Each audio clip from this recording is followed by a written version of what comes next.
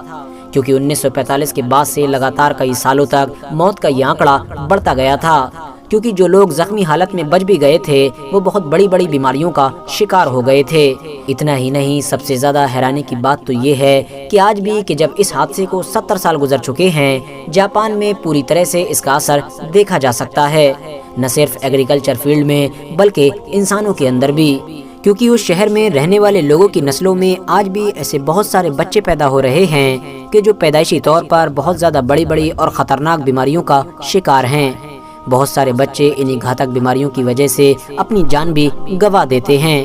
RH net work کے knowledgeable friends Japan پر دکھنے والے اس خطرناک اثر کا ہی نتیجہ تھا کہ سیکنڈ ورلڈ وار ختم ہوتے ہی پوری دنیا نے نیوکلیئر ویپن کے خلاف ایکشن لینا شروع کر دیا تھا، اور اسے ہر حال میں روکنے کے لیے کئی بڑے بڑے انٹرنیشنل لیول پر قانون بنانا شروع کر دیے تھے، کیونکہ پوری دنیا جاپان کا حال دیکھ کر یہ سمجھ چکی تھی کہ اب جو بھی نیوکلیئر بم کا استعمال اپنے دشمن کے خلاف کرے گا تو وہ اس کا استعمال صرف اپنے دشمن کے ہی خلاف نہیں بلکہ پوری انسانیت کے خلاف کر رہا ہوگا۔ مگر افسوس کی بات یہ ہے کہ لاکھ کوششوں کے باوجود بھی